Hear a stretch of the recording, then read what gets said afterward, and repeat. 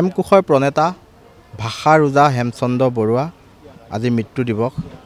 যিগৰাকী ব্যক্তিয়ে অসমীয়া ভাষা সাহিত্যৰ প্ৰতি বিশেষ অৱদান আগবঢ়াই গৈছে সেইগৰাকী মহান ব্যক্তি বা পুৰোধা ব্যক্তিক গোলাঘাট জিলা সাংবাদিক সংস্থাৰ তৰফৰ পৰা কিঞ্চিত স্মৰণ কৰাৰ আমি প্ৰয়াস কৰিছোঁ। আৰু আজি মৃত্যু দিৱসটিত আমি গোলাঘাটৰ কলেজ তিনিআলিস্থিত যি প্ৰতিমূৰ্তি আছে সেই প্ৰতিমূৰ্তিত আমি এগছি বন্তি প্ৰজ্বলনেৰে তেখেতক সন্মান জনাইছোঁ, শ্ৰদ্ধা জনাইছোঁ। আৰু আমাৰ এই অনুষ্ঠানটোত আজি বন্তি প্ৰজ্বলন কৰি আমাক কৃতাৰ্থ কৰিলে বোলছবি পৰিচালক অৱসৰপ্ৰাপ্ত অধ্যাপক শ্ৰদ্ধা দীনেশ গগৈ ছাৰে। আমি তেখেতকো এই এপাহতে ধন্যবাদ জনাইছোঁ।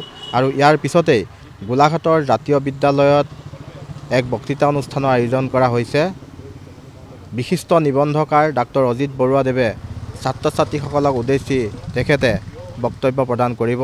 আশা কৰিছোঁ দুয়োটা কাৰ্যসূচীতে সকলোৰে সহায় সহযোগিতা আৰু গোলাঘাট জিলা সাংবাদিক সংস্থাৰ এয়া মাথো এক আন্তৰিক প্ৰয়াস। ধন্যবাদ।